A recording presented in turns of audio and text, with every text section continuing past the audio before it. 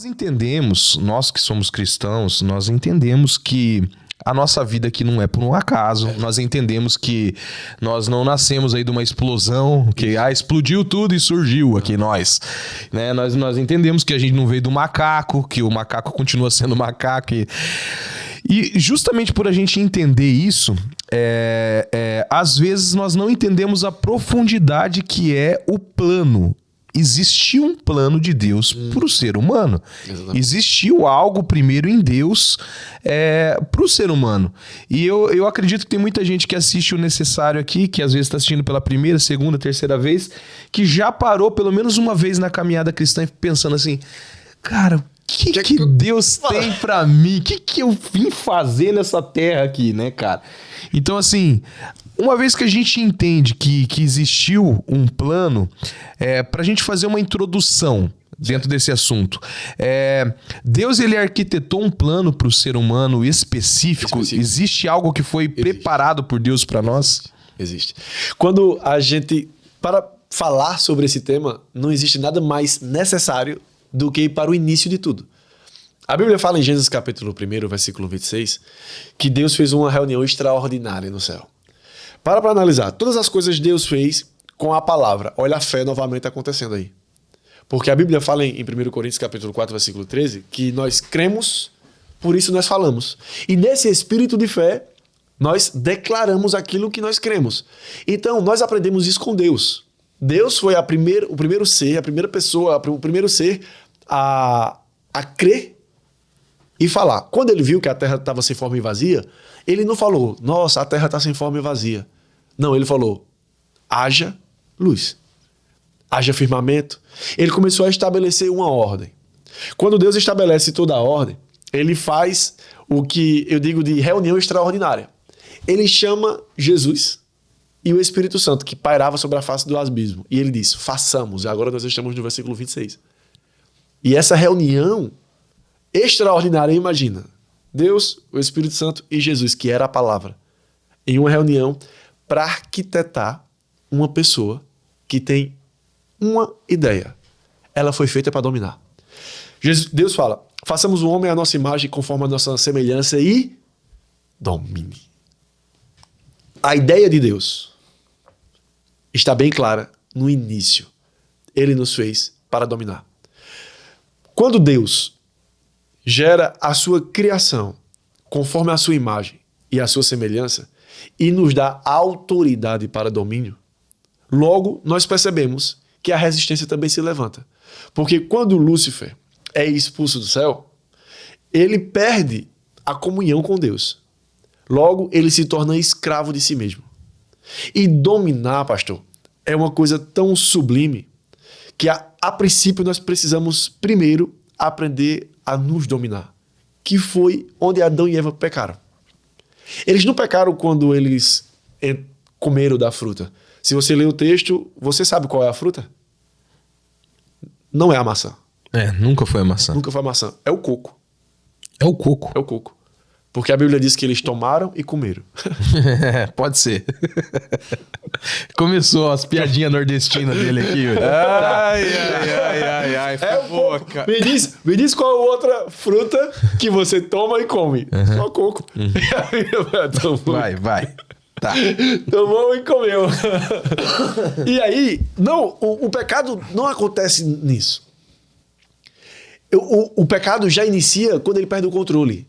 Quando ele perde o domínio, que foi a ideia de Deus para a criação, de dominar. É claro, você precisa ler o versículo 26 com a ótica e com a perspectiva celestial.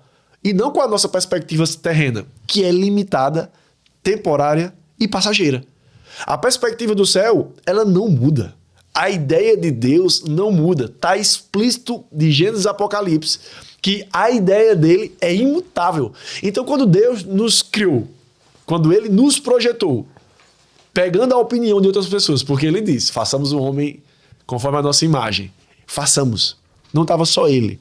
Já seria suficiente, mas todavia estava o Espírito Santo e a palavra que era Jesus para fazer alguém. E antes de dar a ele qualquer outra possibilidade, ele deu a ele o comando e domine. domine. E aí, o homem cai na tentação, não de comer, de tomar o coco lá, mas de perder o controle. Ele perdeu o domínio. Quando Eva é cortejada pela serpente e decide seguir o conselho da serpente, Adão, consequentemente, também segue Eva. E aí nós começamos a perceber que aquelas duas pessoas que tinham o controle, que tinham o domínio, que governavam, agora passaram isso para o diabo. E agora a ideia de Deus, que era que o homem governasse, quem está governando? O diabo. Nós podemos até falar sobre essa expressão, Deus está no controle de todas as coisas. Porque se Deus está no controle de todas as coisas, por que ele não dá uma solução na África? Não precisa ir na África, só você pegar um bairro mais simples aqui de Foz do Iguaçu, que tem tanta gente com tanta necessidade. Eu acho incrível as pessoas que Deus chama, como o rei Hardbuck, chamou para inundar o continente africano com o sangue do cordeiro. Foi essa a visão que ele teve. E ele gastou a sua vida, não, gasta é uma forma de expressão. Ele investiu a sua vida para transformar o continente africano pregando a palavra do Senhor Jesus. Mas, glória a Deus, mas se você quer ser usado, você pode, no seu vizinho ali, de repente, você pode ajudar. Vão ter pessoas que vão lavar países, mas eu acredito que elas começam lavando a sua rua. Então, começa ali. Então, tem lugares aqui em Foz do Iguaçu que tem gente com tanta necessidade. E aí você fala, Deus está no controle de todas as coisas, mas afinal, Deus é bom ou é mau?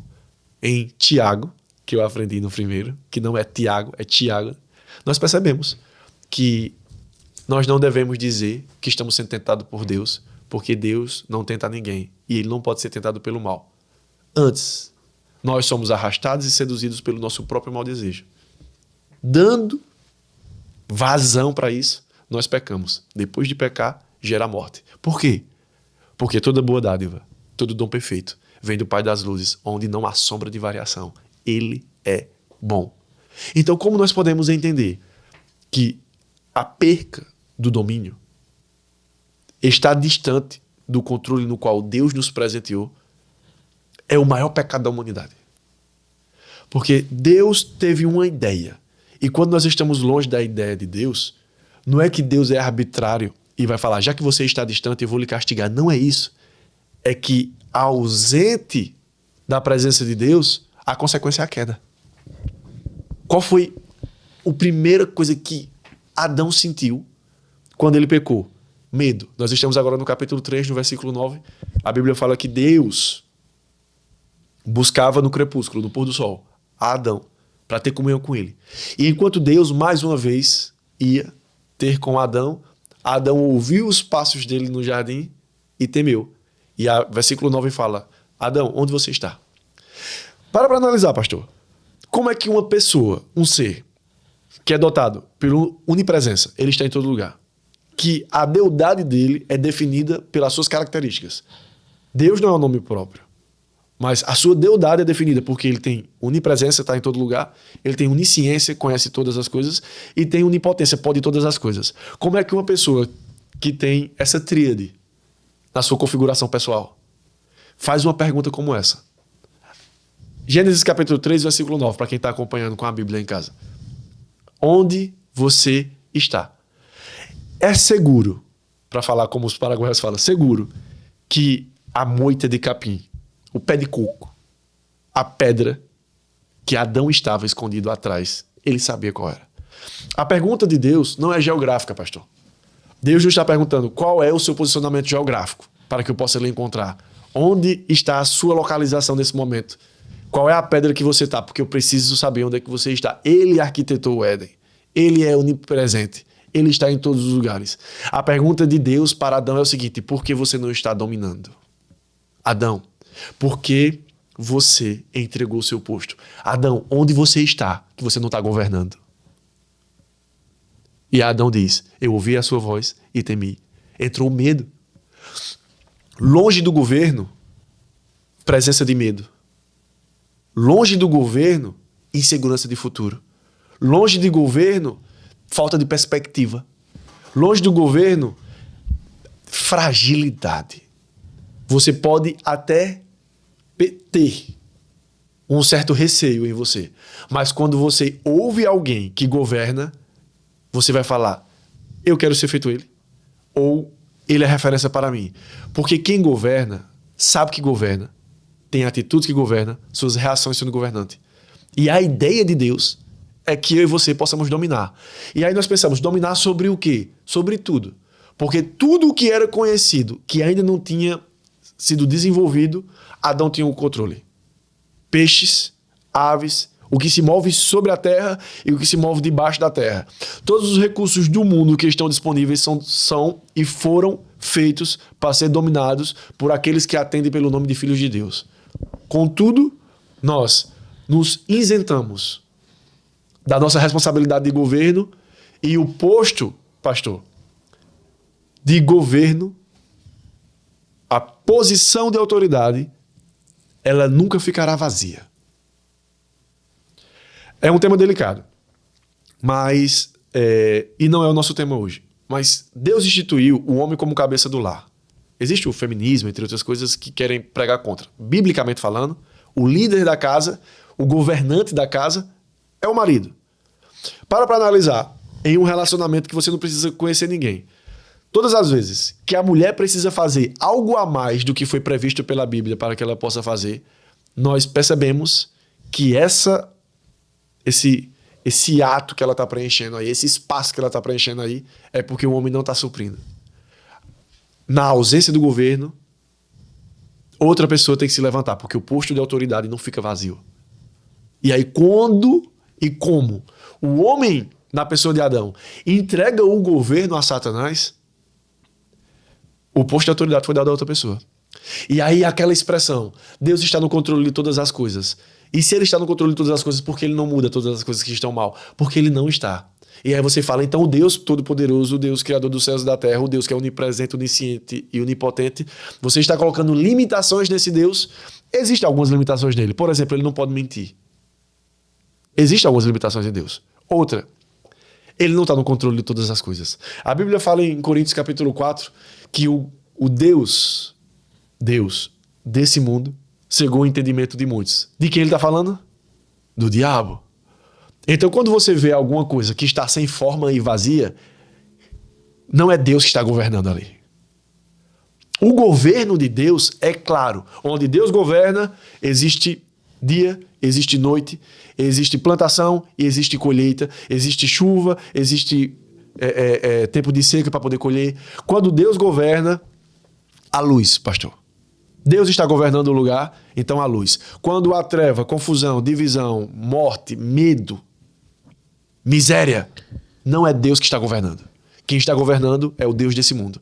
E nós precisamos causar intencionalmente